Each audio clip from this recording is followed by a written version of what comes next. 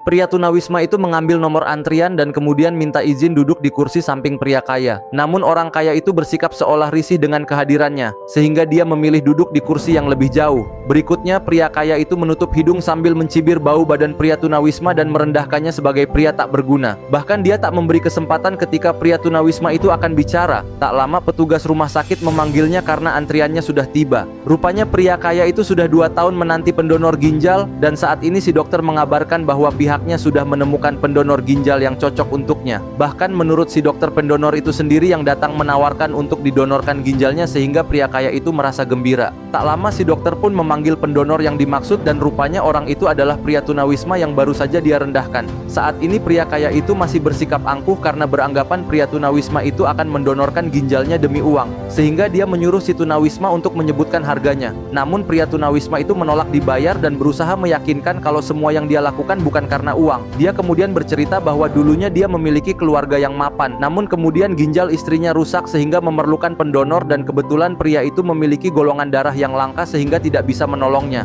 Di detik-detik sang istri meninggal, sang istri memberikan liontinnya dan memintanya berjanji untuk menolong orang lain walau dia tak bisa menolongnya agar terlepas dari rasa bersalah. Setelahnya dia dibebani biaya rumah sakit yang besar ditambah dipecat dari pekerjaannya sehingga dia menjadi tunawisma.